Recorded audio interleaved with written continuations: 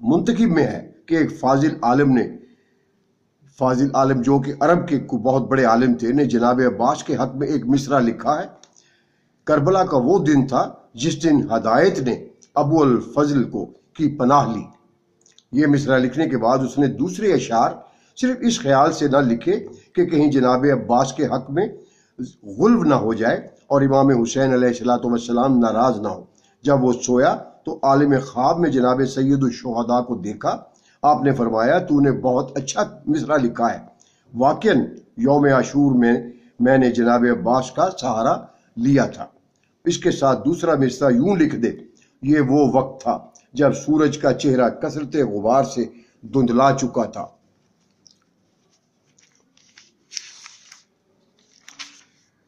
تو اب اس کے ساتھ ہی یہ تھوڑا سا باقی انشاءاللہ دوسری ویڈیو میں جناب عباس کے بارے میں ہوگا، ان کی شہادت کا اور ان کا اور بھی بہت کچھ انشاءاللہ، ان کے فضائل، ان کی چیزیں، جناب غازی عباس علمدار کی، جناب ابو الفضل باوفا کی۔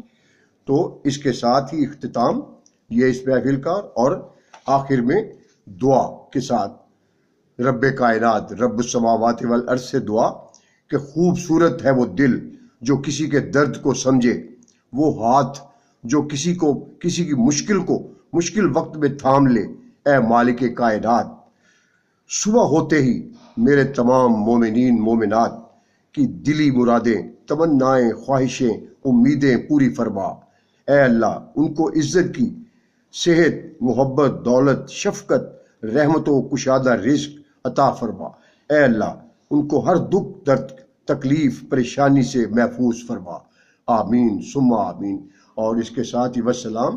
اور آپ سے دوبارہ التماس ہے کہ جب یہ ان عظیم نورانی ہستیوں کا ذکر ہو رہا ہو تو آپ ساتھ ساتھ ان کے ذکر کی عبادت کا شرف حاصل کرنے کے لیے ان پر درود و سلام بھیجتے رہا کریں، اور اس ویڈیو کو اور اس میرا نام وزیر علی چوہان اس کو یوٹیوب میں سرچ میں جا کر اس کو لکھیں، اور مولا غازی کا عباس علمدار کا نشان آ جائے گا پنجے کا، اس کو سبسکرائب کریں، گھنٹی کے نشان کو دبائیں اور شیئر کریں، لائک کریں، اور کومنٹس میں اپنے جو بھی آپ لکھنا چاہتے ہیں وہ لکھیں۔